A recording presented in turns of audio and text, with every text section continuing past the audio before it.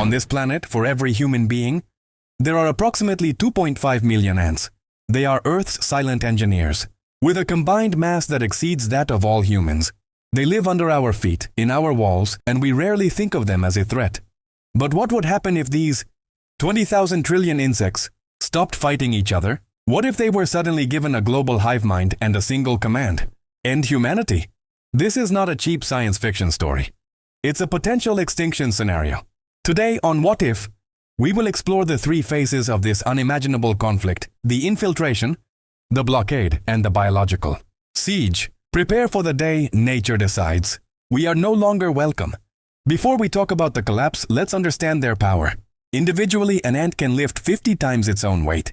Now multiply that power by trillions. Phase 1. The silent assault, days 1 to 7. The attack would not begin with bites, but with sabotage. Ants are attracted to electromagnetic fields. Millions of them would simultaneously target the nervous systems of our civilization, electrical substations, data servers, and control panels. By entering electronic equipment, the ants would cause massive short circuits. Their bodies, acting as conductive bridges, would paralyze transformers and cell towers. The result? In less than a week, major cities would be left without power, without internet, and without communication. As the world goes dark, carpenter ants and invasive species would work together.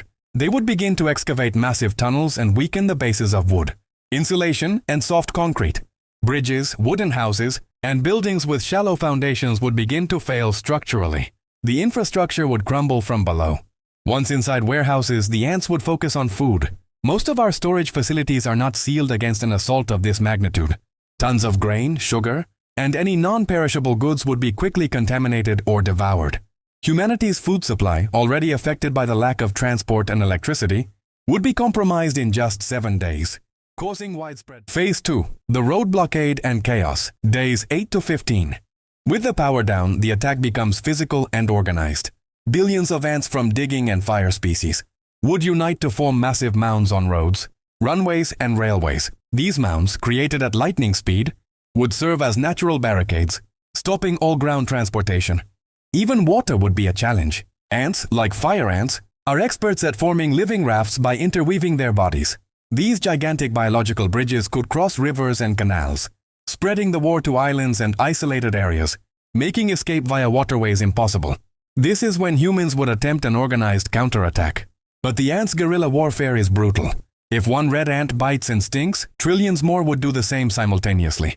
Trying to defend a perimeter of several kilometers would become unsustainable.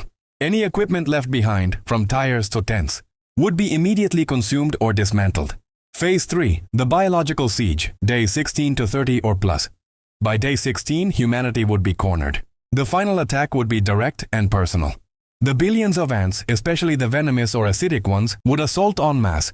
It's not about one sting, but millions of stings per minute. Infants, the elderly, and the sick would die first from anaphylactic shock or massive infections. The healthy and strong would have to fight constantly to avoid being covered. Our only refugees would be steel bunkers or extreme geographical zones, the Arctic and the deep desert. But without a supply chain to feed them, these shelters would be only a temporary solution. Survival would be reduced to the ability to seal every entrance, every fissure against a relentless and coordinated force of nature. If the ants united, the result would be the extinction of humanity not by individual power, but by sheer numbers and organization. This scenario reminds us that the smallest forces of nature can be the deadliest.